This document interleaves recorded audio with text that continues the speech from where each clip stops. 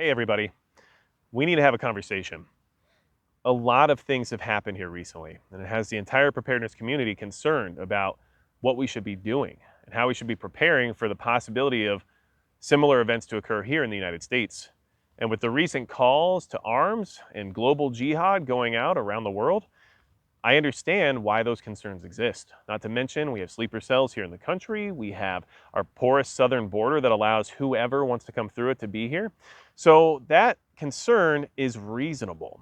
Now, what do we do? What's one of the first things that we can possibly do to try to prepare ourselves for the possibility of similar events to happen here in the United States? Well, I think the first thing that we need to do is change our mindset.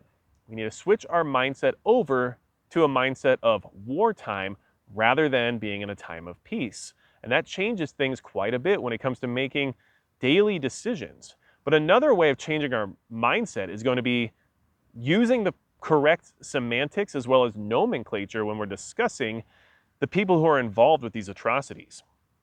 These people are not terrorists. Now, before you get all upset about me saying that, I need you to listen to what I'm trying to tell you because I'm not excusing anything that these people have done by any means. We have to understand that by using the word terrorist, you're associating their acts and the type of people they are with something similar to a criminal. See, terrorism is a crime. And here in the United States, if you're involved in it, generally you get arrested. You might be detained in a place like Guantanamo and never seen again. But in general, we approach terrorism as if it's criminal in behavior. But these people aren't terrorists when it comes to that thought process. Because by assuming someone is a criminal, your response and the way you prepare for their actions is going to be very similar to how we already deal with criminals right now. What do? We call 911, we wait for the police, we lock our doors, we try to have some means of self-defense on us in case they try to steal our car or maybe rob us. Who knows? But this is not a criminal when we're talking about the people who are involved with these atrocities. And that's why we need to stop using the word terrorist to describe them. Because we're in a wartime environment at this point. And they're not terrorists, they're soldiers. And they are part of an army that wants to destroy Western civilization. I don't know how else to say it to you, but it's true. Regardless of ideology or religious beliefs or anything else related to the reasons why these armies exist, this particular army doesn't want you to exist in the lifestyle that you have.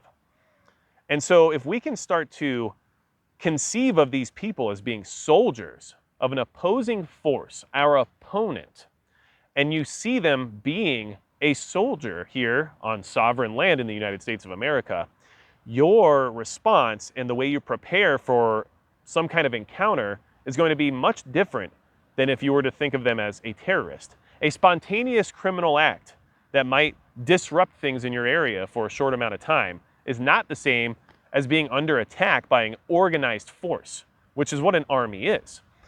Now, I do need to mention that Midway USA is the biggest supporter of the channel. And obviously, they have a lot of things that you might need if you were to encounter an enemy soldier and how you might deal with that particular person. So big thanks to Midway USA for helping me get prepared for situations like this. But by calling them terrorists, we're belittling the concept that they're part of a much larger army. How do I justify that thought process? Well, let's think about the Roman Empire, because the majority of you are men, and I understand that that's something that you think a lot about, myself included. Attila and the Huns frequently ransacked the Eastern Roman Empire. Now, what they did often was very similar to what we just witnessed in Israel. They would go in, they would pillage and destroy everything indiscriminately, killing women, children, elderly, and of course men as well. They didn't care because they weren't their people. And what they were doing was creating a campaign of fear using their army in order to leverage that fear for further negotiations and in order to enrich themselves via the Roman Empire trying to placate them. Of course, that didn't necessarily work for the Roman Empire, but it definitely enriched the Huns. Now, the reason I bring that up is because even though they were known to be extremely brutal, and the way that they pillaged and ransacked villages was in very many ways similar to what we all just witnessed. The Roman Empire didn't describe the Huns as terrorists. They weren't criminals. They were an army of soldiers, and their tactics that they chose specifically to utilize involved that level of brutality. And it was a choice of a military organization in order to use that brutality to leverage whatever they could from it, whether or not that was a profit, or in the case of what we're witnessing currently in our modern times, as a recruitment tool. A lot of people think that the indiscriminate killing of civilians and children and women and elderly and everyone else was just because of the wrong time, wrong place, and that's completely inaccurate. These people were targeted purposely because it generates more support for their cause, even though in your mind that doesn't make any sense, because how could anyone support some of those actions? But what it shows is that they're willing to go above and beyond what anyone else would do for their beliefs, which will then incite other people with extreme views to come and join the cause because they see now that they're not kidding around. It also helps them leverage other nations, as well as when they're at the negotiation table, to be placated in whatever way you might see fit. And if they follow the strategy of the Huns, that would be through financial gain in order to expand their empire, their influence, and their capability by being able to fund their army that much further. So, first off, this isn't a time of peace anymore. Your 5-shot J-frame revolver that you're going to stop a mugger with at the ATM might not cut it anymore. Your rice and beans are still good to have, but are they going to protect you if you are under assault by an organized enemy force? These are questions you need to start answering, because these soldiers and this army exists.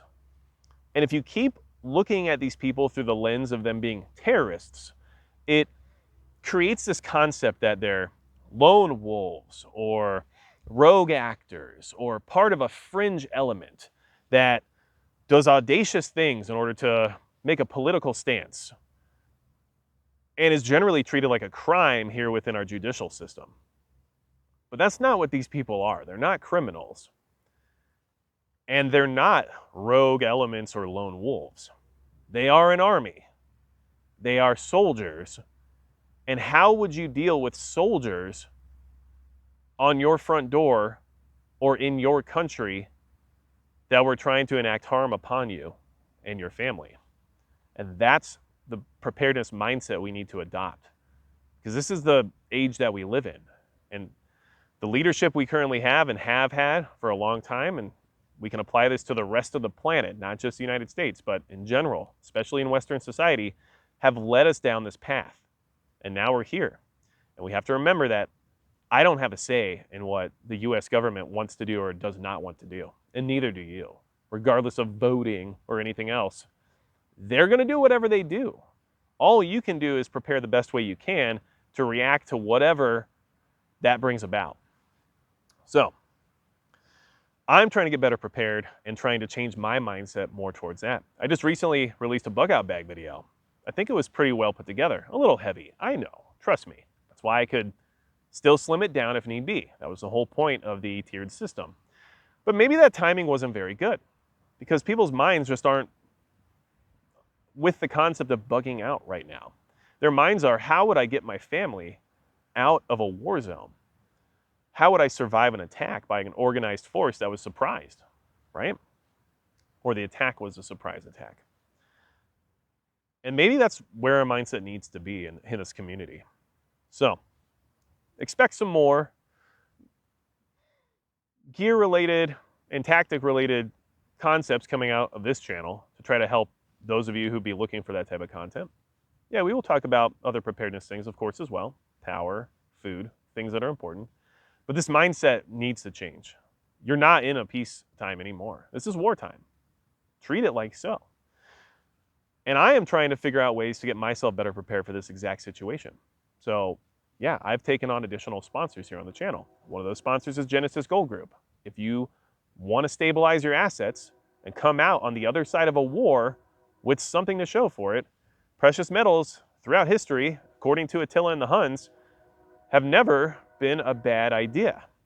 In fact, that's how they wagered with Eastern Rome, or the Eastern Roman Empire, was through gold, and basically extorted the Eastern Roman Empire for hundreds of pounds of gold every year in order to not inflict their brutality upon them. So magicpreppergold.com, that'll get you there. And I think that stabilizing your wealth is going to be important because it's only going to get worse before it gets better. And I want to make sure that when I come out on the other side, I at least have something still to my name. Because the bills aren't going to go away no matter how you look at it, right? And Genesis Gold Group is faith-driven and pretty good group of people, so. Listen, I only bring all this up because this conversation probably just needs to happen. I didn't really want to make this video. It makes me uncomfortable, in all honesty. This is a very delicate situation that we're dealing with. But one thing's for sure, I am not going to sit back and just allow what happened to the innocent people of Israel in that attack happen to me and my own if I have something I can do about it. And you know what? I might not be able to do anything about it. Numbers are numbers. And when there's 1,000 armed men on your doorstep, even if you're the most well-armed guy and most well-trained guy on the planet, that might not get you very far. So, but it will get you further than nothing at all. And we have to build community, we have to work together, and we have to do what we can to be properly proficient with our ability to defend ourselves. I've started carrying a different gun. I've started looking at some of my weapons platforms to see if they would be more suitable for a multi-target rich environment, right? I don't know what's going to come. I don't know if anything will. But I do know that we're at war. And that the US government and the press has just been lying to us for the last few years about that exact notion. But we are at war. And that war is coming home at some point. It's just a matter of time. And if every time something happens, we call it terrorism or call the perpetrator a terrorist, it just keeps that many people out of a wartime mindset, which makes them more comfortable, which means they'll still rely on the military and the government and the police and the first responders to take care of them because they'll still think that that's their best option. But once you let them know that soldiers of an army are at their front door, it'll change how they view everything.